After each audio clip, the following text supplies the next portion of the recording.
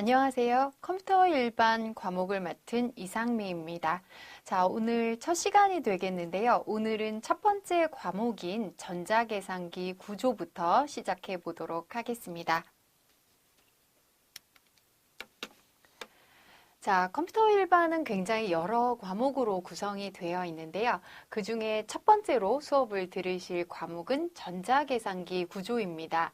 자, 아마 공부를 해보시면 가장 좀 어렵게 느껴지는 과목 중에 하나가 전자계산기 구조일 것 같습니다. 자, 이 전자계산기 구조는 잘 아시는 것처럼 컴퓨터는 하드웨어와 소프트웨어로 구성이 되어 있는데요. 자, 바로 전자계산기 구조는 주로 하드웨어의 내용을 다루고 있습니다. 자, 그렇기 때문에 이 하드웨어의 컴퓨터의 구성에 대한 내용들을 다루고 있기 때문에 좀 어렵게 다가올 수 있고요. 그리고 이 안에 약간 수학적인 내용들도 또 포함이 되기 때문에 조금 더 접근하기가 어려운 것 같습니다. 자, 하지만 이 기초를 든든히 해놓으셔야 시험에서 또 비중을 많이 차지하는 부분이기 때문에 기초를 든든히 해놓으셔야 뒤에 학습하시는 내용들 어렵지 않게 하실 수 있을 것 같습니다. 자, 그럼 우선 전자계산기 구조에서 제가 어떤 내용들을 다루게 되는지 먼저 개요를 좀 설명드리도록 하겠습니다. 자, 우선 전자계산기 구조는 컴퓨터의 하드웨어를 다룬다고 했는데요. 자, 컴퓨터의 개요를 먼저 설명드리도록 하겠습니다. 즉, 컴퓨터라는 것이 도대체 무엇인지, 언제부터 시작이 되었는지, 또 각각 세대의 특징은 어떤지 이런 것들을 컴퓨터의 개요에서 설명드리도록 하겠습니다. 자, 바로 이번 시간의 주제가 컴퓨터의 개요가 되겠습니다. 자, 그 다음에 우리가 사용하는 컴퓨터는 논리회로라는 것으로 구성이 되어 있습니다. 하드웨어가 논리회로로 구성이 되어 있는데요. 자, 그렇다면 논리회로는 무엇인지 또 여기에 관련되는 많은 이론들이 있는데요. 이런 내용들이 바로 논리회로에서 다뤄지게 됩니다. 자, 그 다음 자료의 표현은 컴퓨터에서 다뤄지는 자료들이 굉장히 많죠. 숫자뿐만 아니라 문자도 다뤄지고 있는데요. 자, 이런 숫자나 문자들을 어떤 방법으로 표현하고 있는지 표현 방법들을 자료의 표현 시간에서 알아보도록 하겠습니다. 자, 그 다음 하단에 있는 것은 컴퓨터의 하드웨어 장치에 대한 설명으로 볼 수가 있는데요. 자, 앞에 컴퓨터는 하드웨어와 소프트웨어로 나눠진다고 설명을 드렸는데 컴퓨터의 하드웨어 장치들 아마 잘 알고 계실 것 같습니다. 자, 컴퓨터의 하드웨어 장치 중에서 가장 중심이 되는 장치는 뭘까요? 자, 바로 중앙처리 장치라고 볼 수가 있습니다. 중앙처리 장치, 다른 말로 CPU라고 얘기를 하죠. 자, 중앙처리 장치와 또 어떤 것들이 있냐면 기억 장치도 굉장히 중요한 역할을 하고 있죠. 자, 이 이외에 입출력 장치들도 반드시 있어야 되는 장치들이 되겠죠. 그래서 크게 나누어서 컴퓨터는 이런 장치들로 구성이 된다고 볼 수 있는데요. 자, 이런 것들에 대한 내용을 학습하는 부분이 되겠습니다. 자, 그래서 연산과 명령어 두 가지는 중앙처리 장치, 즉 CPU에 대한 학습을 할 부분이 되겠는데요. 이 중앙처리 장치에서 하는 역할은 크게 나누어서 제어의 역할과 연산의 역할을 하고 있습니다. 즉 우리에게 필요한 연산들을 하게 되는데요. 그 연산들은 어떤 것들이 있는지 또 어떻게 연산하는지 연산편에서 알아보도록 하겠습니다. 자, 다음은 명령어가 되겠는데요. 당연히 CPU는 우리가 처리해야 될 그런 명령어들을 해석하고 처리를 하도록 하는데요. 그 명령어는 어떻게 구성되고 또 어떻게 처리되는지 명령어 편에서 알아보도록 하겠습니다. 자, 나머지는 이제 기억 장치의 부분과 입출력 장치의 부분이 되겠는데요. 자, 이런 장치들은 또 어떤 역할을 하는지 각각 알아보도록 하겠습니다. 자, 이렇게 되면 이제 하드웨어의 전반적인 부분을 아실 수 있게 되는데요. 특히 전자계산기 구조는 딱히 하드웨어에만 관련이 된 것이 아니라 뒤에 다른 과목들을 공부할 때 기본이 되는 그런 내용들 많이 포함을 하고 있습니다. 다소 어려우시더라도 많은 내용들 열심히 학습해 보시기 바라겠습니다. 자, 그러면 오늘은 조금 쉬운 내용으로 시작을 해보려고 합니다. 자, 컴퓨터의 정의부터 알아보려고 하는데요. 자, 물론 이 부분은 시험 문제에 많이 출제되는 그런 부분은 아니지만, 자, 우리가 컴퓨터에 대한 기본을 다질 수 있는 부분이라고 볼 수가 있습니다. 자, 컴퓨터라는 것은 이렇게 표현할 수가 있습니다. 자, 예전에 컴퓨터가 왜 만들어졌는지 한번 생각해 보시면 컴퓨터는 계산을 빨리 하기 위해서, 계산을 도와주기 위해서 만들어진 도구라고 할 수가 있습니다. 자, 그래서 컴퓨트라는 말은 계산하다라는 뜻을 포함하고 있죠. 뒤에 이하를 붙이면 뭐 사람이나 장치를 의미합니다. 여기에서는 장치를 의미하죠. 그래서 예전에 이 컴퓨터가 태어날 때는 원래 계산만을 하기 위한 도구로 태어났다고 생각을 하시면 됩니다. 자, 그런데 이제 발전해서 컴퓨터는 굉장히 많은 일들을 우리 주변에서 해주고 있는데요. 자, 컴퓨터를 예전에는 다른 말로 EDPS라고 부르기도 했었습니다. 자, EDPS는 뭐냐면 일렉트로닉 데이터 프로세싱 시스템이라고 하는데요. 일렉트로닉은 전자적이라는 것을 의미합니다.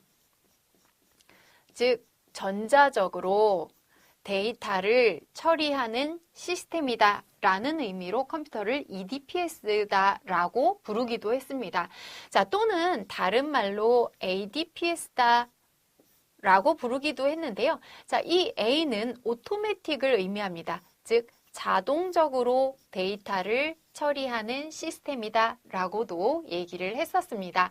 자, 그래서 컴퓨터의 정의를 다시 내려보면 자료를 입력하고 컴퓨터에게 명령을 내리면 자동으로 처리해주죠. 자, 우리가 과정 하나를 일일이 지시해 주는 것이 아니라 프로그램을 입력하기만 하면 이것을 자동으로 처리해 주게 됩니다. 그 다음에 결과를 출력해 주는 장치라고 정의를 내릴 수가 있고요.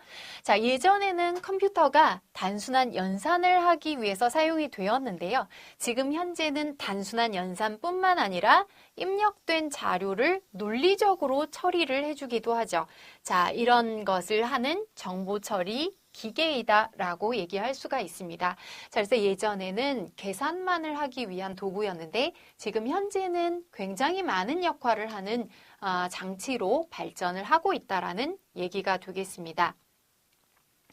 자, 그럼 아래쪽에 컴퓨터가 처리하는 과정을 한번 그림으로 그려봤는데요. 앞서 컴퓨터 일반 기초 강의를 들으셨던 분들은 아마 자료, 정보, 구분에 대해서 정확하게 알고 계실 것 같은데요.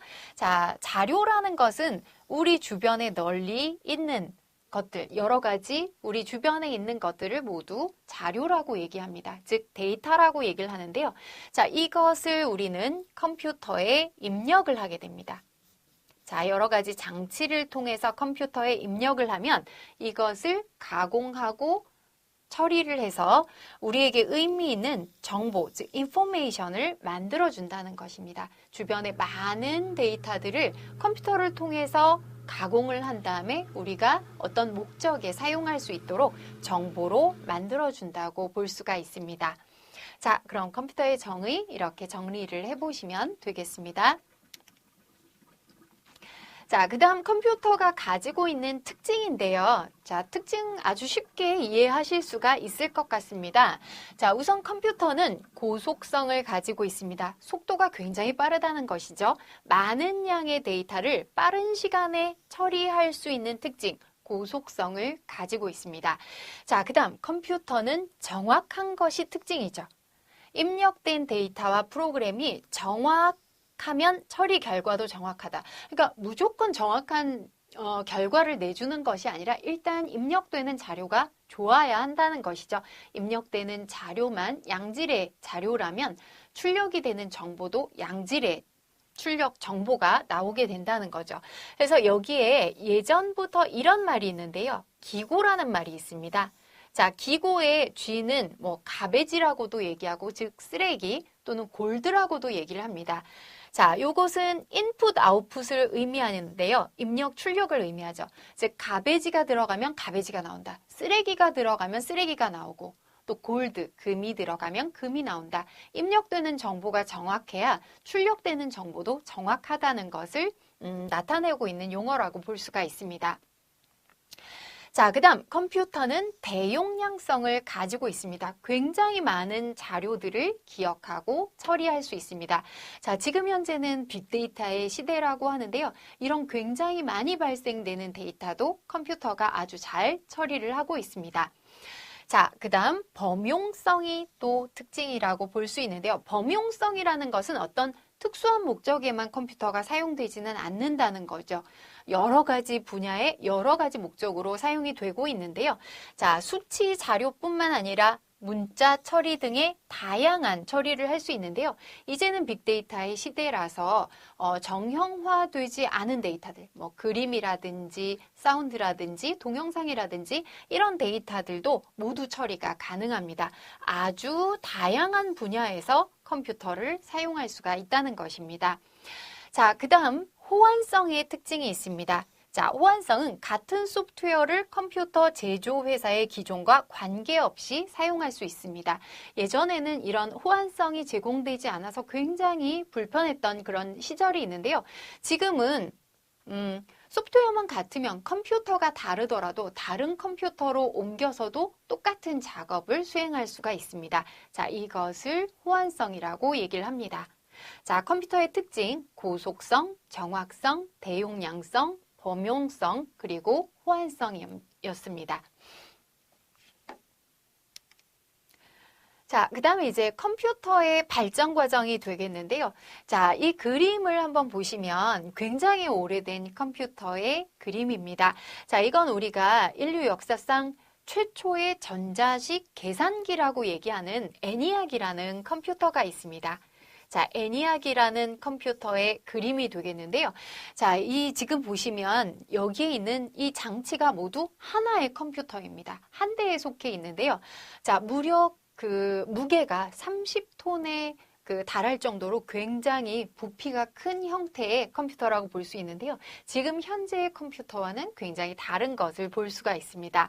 자, 앞에 여기 사람들이 서 있는데요. 자, 이 사람들은 ENIAC이라는 컴퓨터의 특징이 외부 프로그램 방식을 사용합니다. 그래서 지금 현재와 같이 컴퓨터에 프로그램을 내장하게 되면 자동으로 처리해주는 이런 시스템이 아니라 일일이 한 단계를 사람이 스위치로 명령을 내려주게 됩니다. 자, 그래서 앞에 사람들이 많이 서 있는 것을 볼 수가 있습니다. 자, 그럼 컴퓨터의 발전 과정에 어떤 컴퓨터들이 나왔는지 발전 과정 살펴보도록 하겠습니다. 자, 첫 번째 나와 있는 컴퓨터가 앞에 제가 설명드렸던 ENIAC이라는 컴퓨터입니다. 자, 이 ENIAC이라는 컴퓨터의 특징 지금 보셨지만 부피가 굉장히 큰 것을 알 수가 있습니다. 자, 이 컴퓨터가 굉장히 큰 이유는 진공관을 사용하기 때문인데요. 아마 진공관 하면 에디슨의 라디오 이런 것 생각이 나실 텐데요. 진공관은 유리관 안에 어떤 금속들이 들어있는 것을 진공관이라고 얘기를 합니다. 진공관을 이용해서 컴퓨터를 만들었기 때문에 컴퓨터의 부피가 아주 클 수밖에 없었던 것이죠. 자, 진공관을 사용한 세계 최초의 전자식 계산기라고 할 수가 있습니다. 그러니까 이전에 나오던 컴퓨터들은 전자식이 아니라 기계식이었다는 거죠. 최초의 전자식 계산기이다. 하지만 컴퓨터 역사의 이면을 보면 사실은 ENIAC이 가장 최초로 개발된 전자식 계산기는 아니라는 얘기들이 많이 있습니다. 이전에 개발되었던 계산기들이 좀 있는데요. 전쟁 중에 특수한 목적으로 사용이 되었기 때문에 아마 비밀리에 사용이 되었던 것 같습니다. 자, 그래서 거의 공식적으로 인정을 받고 있는 최초의 계산기가 바로 ENIAC이 되겠습니다. 자, 이 ENIAC은 앞에서 설명드린 것처럼 특징은 외부 프로그램 방식을 사용한다는 것입니다. 자, 그래서 명령어를 실행하는 단계가 자동으로 처리되는 것이 아니라 사람들이 일일이 스위치를 올려서 배선을 해줘야만 프로그램을 사용할 수 있었던 그런 형태라고 할 수가 있습니다. 자, 하지만 굉장히 원시적인 형태의 컴퓨터이지만 이것을 이용해서 예전에 그 톱니바퀴를 이용한 기계식 계산기를 사용했었는데요. 자, 이것으로 한 시간이 12시간 정도 걸리던 계산을 ENIAC으로는 단 20초 만에 계산을 할 수가 되었다고 합니다. 자, 이것은 주로 무엇을 하는데 사용이 되었냐면 전쟁 중에 탄도를 계산하기 위해서 사용이 되었다고 합니다. 자, 그 뒤에 나온 컴퓨터는 에드삭이라는 컴퓨터인데요. 왠지 보면 지금 컴퓨터에 이런 공통적인 이름이 붙어 있는 것을 알 수가 있습니다. 자, 에드삭이라는 컴퓨터는 세계 최초의 프로그램 내장 방식 계산기입니다. 자, 그럼 지금 보시기에 외부 프로그램 방식과 내장 방식은 서로 반대의 개념이 되겠죠. 자, 프로그램 내장 방식이라는 용어 꼭 기억하시고요. 자, 요건 기억 장치 안에 프로그램을 저장하여 기억된 명령을 순차적으로 해독하고 실행하는 방식입니다. 지금 현재 사용하는 모든 컴퓨터는 프로그램 내장 방식을 사용한다고 할 수가 있는데요. 자, 프로그램이 기억장치 내부에 들어있는 거죠. 명령을 내리면 순차적으로 자동 프로그램을 실행하게 되는데요. 자, 이런 방식이 최초로 사용된 컴퓨터가 바로 에드삭이라는 컴퓨터입니다. 자, 그런데 이 프로그램 내장 방식이라는 것이 태어나게 된 배경이 있는데요. 자, 바로 폰 노이만이라는 사람이 프로그램 내장 방식을 최초로 고안을 했다고 합니다. 자, 그래서 아래 보시면 에드박이라는 컴퓨터가 있는데요. 이것은 폰 노이만이 직접 개발한 컴퓨터라고 볼 수 있습니다. 프로그램 내장 방식을 채택했고 또 이진 표현 방식을, 자, 컴퓨터에서 이진수를 사용하고 있죠. 이진 표현 방식을 채택한 그런 컴퓨터라고 볼 수가 있습니다. 자, 그 다음 유니백 1이라는 컴퓨터가 있는데요. 이것은 세계 최초의 상업용 전자 계산기입니다. 주로 이전의 컴퓨터들은 전쟁 중에 전쟁을 이기기 위한 목적으로 많이 사용이 되었는데요. 유니백이라는 컴퓨터는 상업적인 용도로 사용이 되기 시작했습니다. 그래서 이 컴퓨터로 국세, 세금을 계산하는데 국세 조사에 사용이 되었다고 합니다. 자, 이 컴퓨터의 발전 과정은 굳이 요 순서를 의미 있게 기억하실 필요는 없을 것 같고요. 각각의 간단한 특징과 함께 여기 중요한 용어 있었죠? 프로그램 내장 방식이라는 용어를 꼭 기억을 해주시면 좋을 것 같습니다.